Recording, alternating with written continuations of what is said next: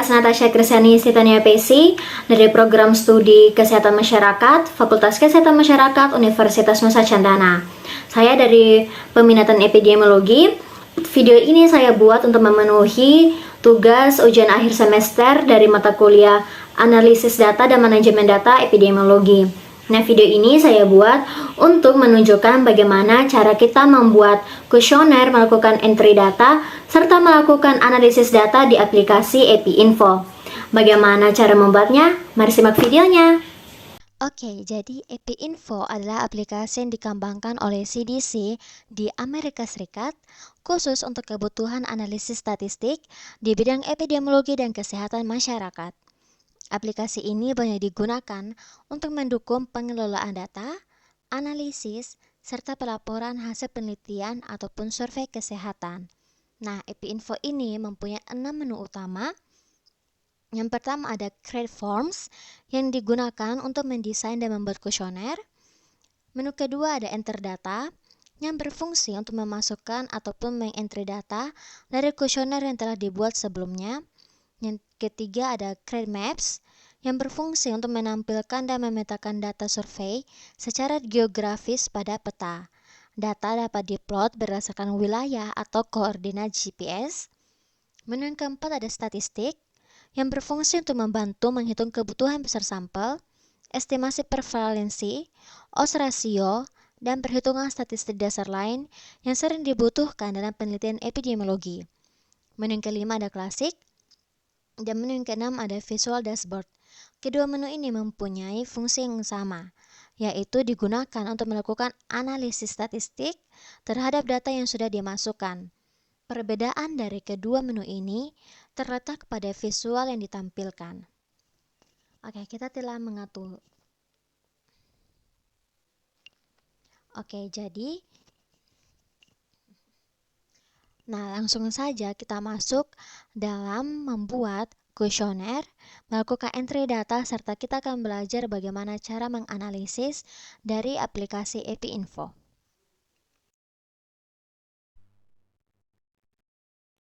Oke, berikutnya kita akan masuk dalam cara membuat kuesioner, melakukan entry data, serta melakukan analisis di aplikasi EpiInfo. Yang pertama kita akan membuat kuesioner. Di bagian Create Forms kita tekan. Nah, setelah muncul seperti ini, di bagian pojok kiri atas kita tekan New Project.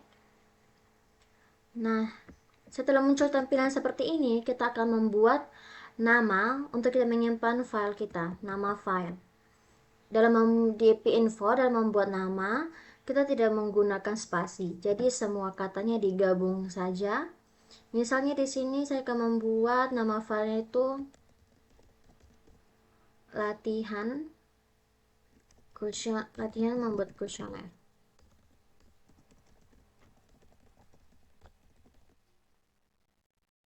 Di form name kita taruh juga.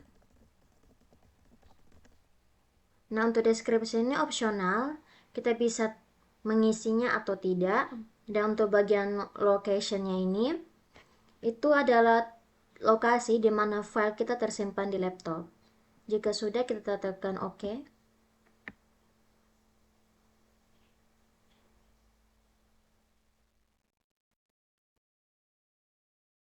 Nah, setelah muncul tampilan seperti ini, kita akan memulai membuat kuesionernya.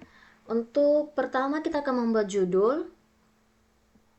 Pada bagian sebelah kiri ini sudah tersedia fitur-fiturnya. Untuk membuat judul, kita menggunakan label or title. Nah, di sini kita tinggal mengisi penelitian apa yang akan kita lakukan. Misalnya saya ingin membuat kuesioner tentang hubungan paparan asap rokok dengan kejadian ISPA pada balita. Untuk fontnya di sini kita bisa bebas memilih font apa yang akan kita mau pakai, jenis ukurannya itu mau seberapa besar, seberapa kecil kita bebas. Di sini saya pakai Times New Roman. Karena ini judul besar, kita pakai bold dan ukurannya 14. Kita tinggal tekan OK. Nah, di sini sudah langsung muncul judulnya. Salah satu kelemahan dari EPI-Info-nya, dari aplikasi EPI-Info, yaitu tidak bisa rata kiri kanan, jadi hanya bisa rata kiri. Nah, setelah sudah kita membuat judulnya, kita akan membuat tentang identitas responden. Nah, untuk subjudulnya kita pakai tetap label juga. Kita tulis karakteristik atau identitas responden. Kita pilih Times New Roman. Pilih 12 bold. Oke. Kalau misalnya kita mau atur jenis hurufnya sama ukurannya satu-satu itu kan agak lama. Jadi kita untuk otomatis semua hurufnya pakai Times New Roman dan ukurannya 12, kita tekan format, kita tekan set default from font. Di sini kita pakai Times New Roman, pakai ukuran 12. Begitu juga dengan di default input font. Ini adalah untuk yang bagian kita mengisi nanti isiannya. Pakai 12 juga. Oke. Nah, di dalam identitas responden itu biasanya ada nama, jenis kelamin, usia, dan pekerjaan. Nah, untuk nama kita pakai teks saja. Kita tulis nama. Ini maksimum number, ini adalah maksimum huruf untuk kita pakai. Angka saja 30. Kita checklist required untuk pertanyaan yang wajib diisi. Kita tinggal tekan OK. Udah, kita pindahkan yang ke samping. Nah, kalau misalnya kita mau kotaknya di samping, itu kita memilih format, pilih page setup, kita pilih horizontal. Tekan OK. Yang berikutnya untuk usia, usianya kita tetap pakai teks juga. Kita pilih required. Oke. Nah, di sini usianya langsung otomatis di samping, bukan secara vertikal lagi kayak tadi. Ini kita kasih kecil saja. Oke. Berikutnya itu jenis kelamin. Nah, jenis kelamin di sini kita bisa memakai option saja. Kita tulis jenis kelamin. Untuk bagian optionnya ini kita bisa bebas mau pilih berapa. Bisa pilih 3, 4, 5. Karena jenis kelaminnya itu ada 2, jadi kita pakai 2 option saja.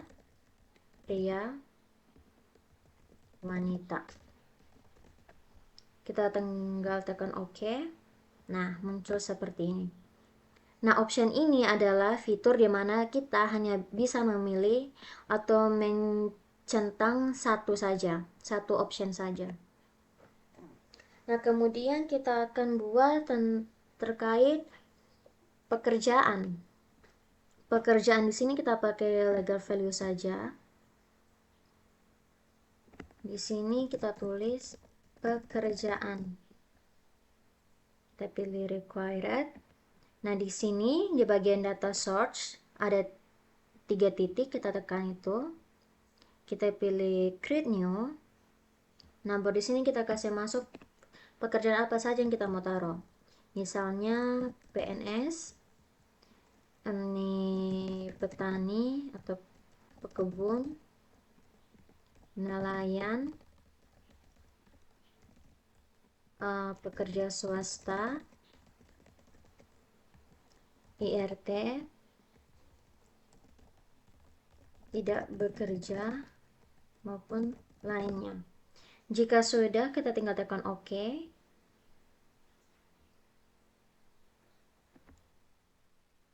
Nah, nanti akan muncul seperti ini.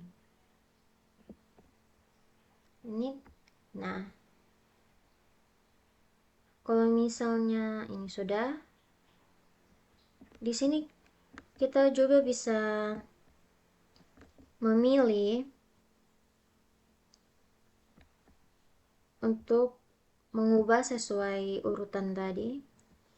Karena tadi itu sesuai urutan alfabet, jika kita tidak mau memakai itu, kita checklist do not sort, tinggal tekan OK. Nah, muncul kayak tadi sesuai urutan di mana kita urutkan jenis pekerjaannya. Setelah sudah, nah, selain itu ada juga option lain seperti multi-line. Itu adalah fitur di mana kita akan memberikan jawaban yang lumayan panjang. Nah, jika teks yang tadi ini yang kita pilih adalah kita akan memberikan jawaban secara singkat, tapi jika multi-line kita akan memberi nama yang panjang. Ada juga phone number. Phone number ini adalah kita untuk taruh nomor handphone. Dan kita ketik nomor 5, nomor HP. Kita juga pilih required. Nah, di sini kita bisa taruh, kita tekan numerik saja, kita tinggal tekan OK. Nah, nomor HP ini nanti kita bisa tulis. Kemudian ada juga fitur checkbox. Checkbox ini adalah fitur di mana kita akan membuat pertanyaan yang jawabannya itu kita bisa memilih lebih dari satu. Ini biasanya ditunjukkan untuk gejala ataupun faktor risiko seperti itu. Jadi misalnya kita tulis dulu teksnya. Misalnya kita pilih gejala ISPA pada balita. Required. Kita tekan OK. Oh, maaf. Saya di grup ini. Kita akan buat gejala ISPA pada balita. Kita tinggal tekan OK. Nah, muncul seperti ini. Setelah itu, di bagian checkbox kita tekan. Nah, di sini kita tinggal taruh gejala ISPA apa saja yang biasanya terjadi pada balita. Misalnya, balita atau anak-anak ya, batuk. Kita tinggal tekan OK. Nah, muncul seperti ini.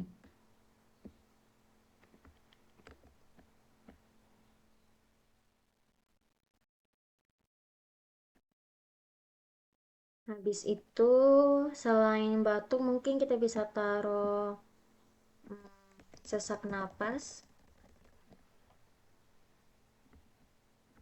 Oke. Badan lemas.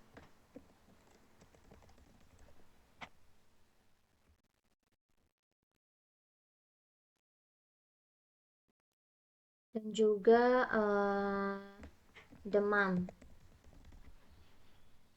Anggap saja seperti itu. Nah, nanti akan muncul seperti ini, dan kita akan bisa mencentangnya lebih dari satu nanti. Pada fitur ini juga ada tersedia option yes no. Yes no ini ada option di mana pertanyaannya itu hanya diberikan dua jawaban antara ya atau tidak. Misalnya pertanyaannya, apakah Anda merokok? Kita tinggal tekan OK. Nah, nanti akan muncul seperti ini. Ini hanya ada pilihan yes no. Seperti itu. Kita juga dalam membuat kuesioner kita bisa menaruh gambar. Kita tinggal tekan image. Ataupun legal values. Ini tadi yang kita buat untuk pekerjaan. Nah, seperti itu teman-teman dalam membuat kuesioner. Nah, atau misalnya ini kan kurang rapi ya. Kita bisa buat dia agak rapi. Kita tekan format, pilih ini, kemudian ada pilihan as table. Oh, maaf, maksudnya kita blok dulu ya semuanya.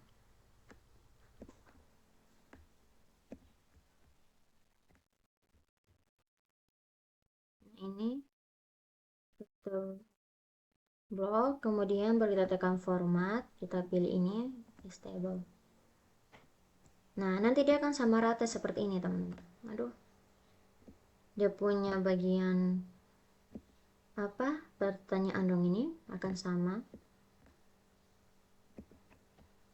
Nah, seperti itu teman-teman untuk cara membuat kuesionernya.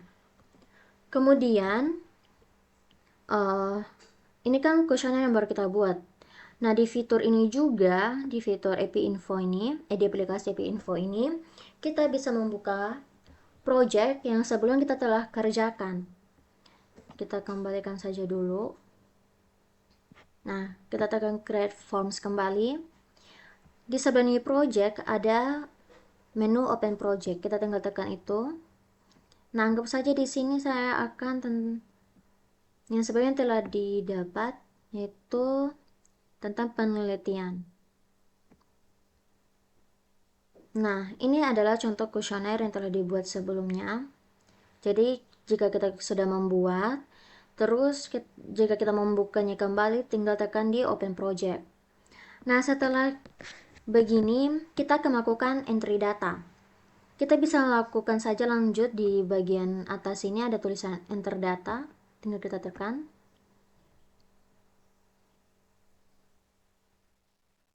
Nah, nanti langsung otomatis muncul seperti ini. Ataupun jika kita mau membukanya dari awal, kita tinggal tekan enter data. Nah, kita tekan open form. Kita pilih browse. Adalah kita pilih di mana kita menempatkan kuesioner kita. Nah, tinggal tekan open. Jika sudah muncul seperti ini, kita tinggal tekan OK. Nah, nanti akan muncul seperti ini. Oke. Di sini kita bisa melihat ini adalah data yang telah di-entry dari data pertama dan ada 132 data. Nah, jika kita mau melihat data ke 10, kita tinggal tekan di bagian sini, di bagian 1. Kita ganti dengan dengan 10. Nah, nanti dia akan langsung terubah pada data yang ke-10. Nah, di bagian yang next record ini kita pilih untuk kita melihat jawaban dari responden setelahnya. Ini responden ke-11, ini responden ke-12. Nah, sedangkan di bagian yang ini, yang ada satu garis lagi di belakangnya, itu adalah fitur di mana kita akan melihat jawaban terakhir, jawaban yang paling terakhir. Tinggal kita tekan ini.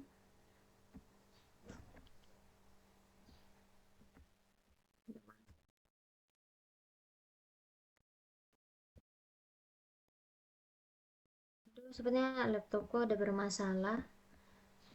Berarti kita tinggal 132 aja gitu. Nah, di sini sudah. Untuk kita menambahkan responden atau kita melakukan entry data yang baru, di bagian sini ada tulisan new record. Kita tekan. Nah, di sini kita bisa tinggal kita mengisi. Karena tadi sudah respondennya yang ke 132, di sini kita tulis nomor responden 133. Nah, untuk nama misalnya kita pilih inisial AS, berumur misalnya ya 25 tahun lah. Pendidikannya itu pendidikan terakhir, anggap saja kita pilih SMA. Pekerjaan ya ibu rumah tangga lah atau tidak bekerja. Nah, di sini kita tinggal mengisi. Misalnya pemberian ASI eksklusif, dia memberikan ASI eksklusif kepada bayinya atau tidak. Jika tidak, kita tinggal checklist ini, tinggal tekan ini. Pengetahuan ibu, apakah baik atau kurang? Misalnya kurang, kita tekan ini. Status pekerjaan tidak bekerja. Status gizi ibu normal. Stres ibu stres. Dukungan suami, apakah suami tersebut mendukung atau tidak? Nggak saja tidak mendukung. Nah, jika dalam pengisian ini ternyata yang kita entry data itu salah, nanti kita bisa menghapusnya. Jadi di sini kita tinggal tekan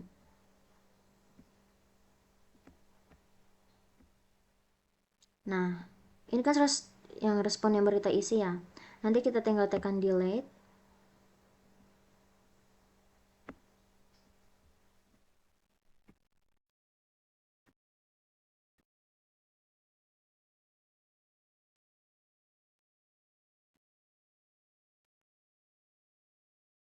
Laptop ini, maaf teman-teman, ini maklumlah laptop yang sudah lama, jadi dia sering error, lambat banget loadingnya gitu.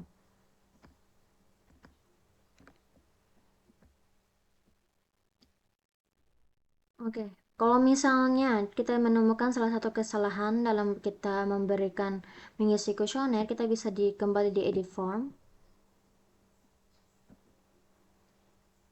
Nah, nanti akan langsung kembali. Kita tinggal mengganti apa yang kurang.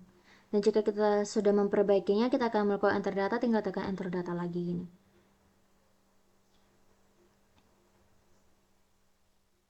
Nah, sudah kan? Ini.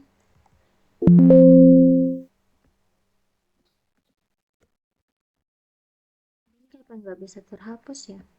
Tapi kalau misalnya ini mungkin karena laptop lama ya guys ya.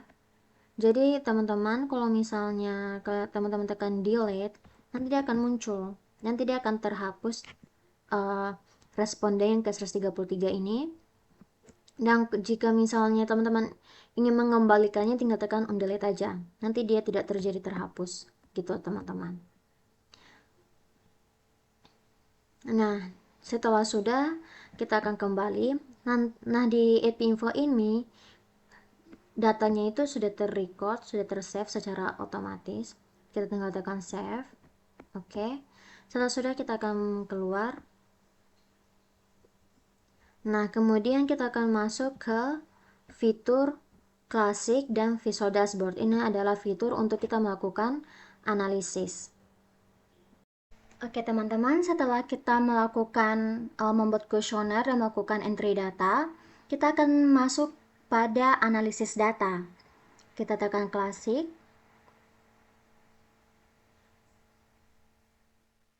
Setelah muncul tampilan seperti ini, di sebelah kiri, di bagian data, ada read, kita tekan itu. Kemudian kita akan cari atau akan membuka di mana data yang akan kita analisis, data yang mau kita analisis. Nah, kita tekan as eksklusif. Setelah muncul warna biru seperti ini, kita tekan OK. Nah, di sini teman-teman sudah bisa terlihat bahwa data tersebut sudah terbaca. Dan di bagian program editor yang ini nih, ini adalah di mana kita seluruh suruhan yang kita masukkan itu akan terekap di bagian sini. Oke teman-teman. Kemudian jika kita ingin melihat jawaban dari seluruh data dari seluruh yang telah kita masukkan, di bagian statistik ini ada list, kita tekan. Kemudian jika tanda bintang, ini adalah kita bisa melihat semua jawaban dari seluruh variabel. Tekan OK. Nah, di sini sudah terlihat ada 132 data dan juga seluruh variabel atau seluruh pertanyaan juga sudah termasuk, sudah terdapat.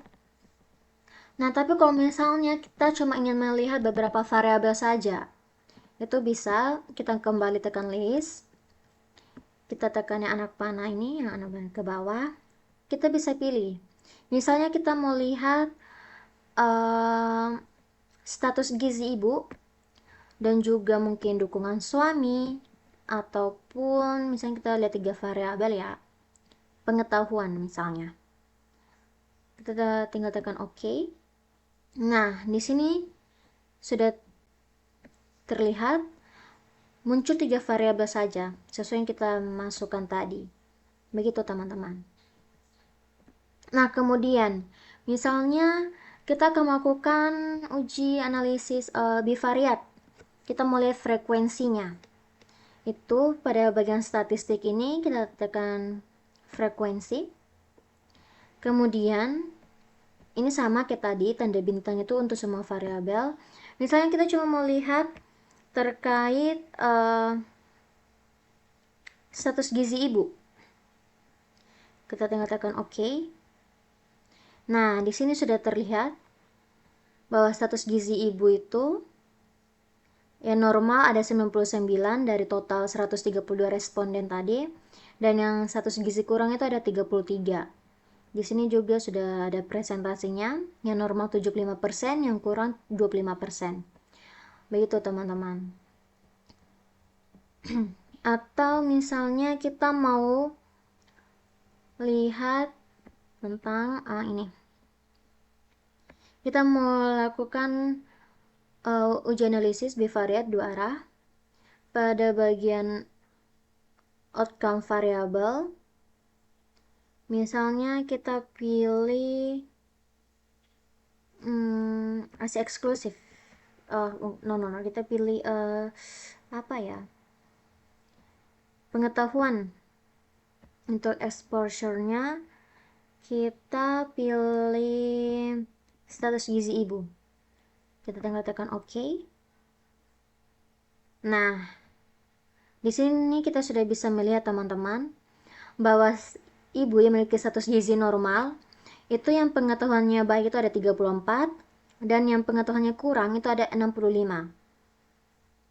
Yang status gizi ibu kurang tapi pengetahuannya baik itu ada 15, dan status gizi ibu yang kurang tapi pengetahuannya juga itu kurang itu ada 18 responden. Di sini juga kita bisa melihat jadi totalnya gitu. Nah, kemudian kita scroll lagi. Di sini juga sudah ditampilkan tabel analisisnya, single tabel analisis. Ada odds ratio, ada risk ratio, statistical test. Nah, untuk kita melihat ujinya ini, kita bisa melihat pada chi-square yang corrected nih. Nah, di sini itu kita lihat yang bagian total, kan kita akan menguji dua arah. Di sini totalnya itu adalah 0,34, yaitu kurang dari 0,05. Sehingga kurang dari 0,5, sehingga ada hubungan antara antara pengetahuan dan status gizi ibu. Begitu teman-teman. Di sini juga ada MIPX, ada Fisher-nya juga. Untuk uji analisis dua arah bivariat sudah bisa teman-teman lihat begini prosesnya. Kita melakukan analisis data pada menu klasik. Kita akan melakukan analisis data pada menu visual dashboard. Kita klik. Setelah muncul seperti ini, kita klik set a data source now. Kita pilih browse. Sama seperti di klasik, kita akan memilih data mana yang akan kita lakukan analisis. Kita klik. Setelah muncul warna biru seperti ini, kita tekan OK. Nah, di sini sudah diberitahukan bahwa prosesnya telah selesai, artinya datanya sudah terbaca. Kemudian di canvas kita klik kanan, kita pilih add analysis gadget, kita pilih line list. Nah, ini berfungsi untuk kita melihat data dalam bentuk tabel. Misalnya kita pilih satu variabel, status gizi ibu. Nah, di sini sudah muncul teman-teman. Bedanya dengan klasik, di visual dashboard itu ia memakai coding. Jadi 0 itu untuk status gizi ibu yang normal, sedangkan yang 1 itu status gizi ibu yang kurang. Di sini cuma ada 50 data, 50 responden. Untuk kita menampilkan seluruh data, itu ada 132 responden. Kita klik di menu setting, kita pilih display, kemudian di max rows to display kita pilih 200. Itu untuk maksimalnya. Nah, di sini sudah terbaca ada 132 responden. Kemudian jika kita ingin melihat lebih dari satu variabel, kita kembali klik kanan, kita pilih add analysis gadget, kemudian kita pilih line list. Di keyboard kita tekan Ctrl ataupun Shift. Kemudian kita pilih mana yang akan kita lihat jawabannya. Misalnya di sini saya ingin melihat terkait pengetahuan dan status gizi ibu. Kita tekan itu, kemudian kita klik OK. Nah, di sini sudah muncul teman-teman. Sama seperti tadi cuma 50, kita klik yang setting, kita pilih display, kemudian kita pilih 200. Nah, udah terlihat ada 132 responden, 32 jawaban. Itu jika kita lihat dalam bentuk tabel. Bagaimana jika kita ingin melihat dalam bentuk frekuensi? Kita klik kanan lagi di kanvas, kemudian kita pilih Add Analysis Gadget, kita pilih yang frekuensi. Sudah, kemudian kita pilih satu variabel dulu, status gizi ibu. Kita klik OK. Nah, di sini sudah terlihat bahwa status gizi ibu yang normal, yang dalam bentuk coding 0, dan juga yang kurang, yang status gizi ibu kurang itu codingnya di 1. Kita bisa lihat. Bagaimana jika kita ingin melihat lebih dari satu variabel? Kita kembali klik kanan, frekuensi. Sama seperti tadi, kita tekan tombol Ctrl ataupun Shift di keyboard. Kita pilih status gizi ibu dan juga pengetahuan. Klik OK. Nah, di sini akan muncul. Juga dalam bentuk coding. 0 itu yang status gizi ibu normal, 1 yang status gizi ibu kurang. Sedang untuk di pengetahuan, 0-nya itu yang status gizi pengetahuan ibu baik, yang 1 itu yang kurang. Kemudian kita akan melihat bagaimana misalnya pengetahuan ibu berpengaruh pada status gizi. Ada hubungan tidak? Kita klik kanan lagi di kanvas, kita pilih Add Analysis Gadget, kita pilih yang M kali N, yaitu tabel 2 kali 2. Untuk exposure-nya kita pilih pengetahuan, sedangkan untuk outcome-nya kita pilih status gizi. Kita klik OK. Nah, di sini sudah terlihat bahwa pengetahuan ibu yang ini, yang 0 ini pengetahuan ibu yang baik, ini yang kurang. Sedangkan status gizi ibu yang 0-nya itu normal, yang 1-nya itu kurang. Jadi kita bisa melihat bahwa ibu yang memiliki pengetahuan baik serta memiliki gizi yang status gizi yang normal itu ada 34. Pengetahuan ibu yang kurang tetapi status gizinya itu normal ada 65. Pengetahuan ibu yang normal tetapi status gizinya kurang itu ada 15. Pengetahuan ibu yang normal, yang baik tetapi status gizinya itu kurang itu ada 18. Kita bisa melihat teman-teman, ini adalah bedanya dengan klasik.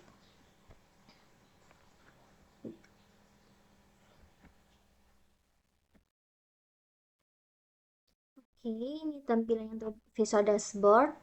Sedangkan untuk di klasik tampilannya seperti ini.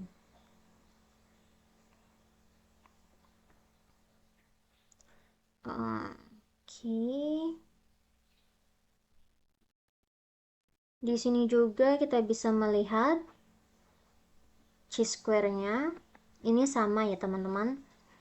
Untuk korektornya itu 0,349. Analisis juga sama 0,349. Yang berarti ada hubungan antara pengetahuan serta status gizi. Untuk Fisher-nya juga sama 0,299. Ini sama teman-teman.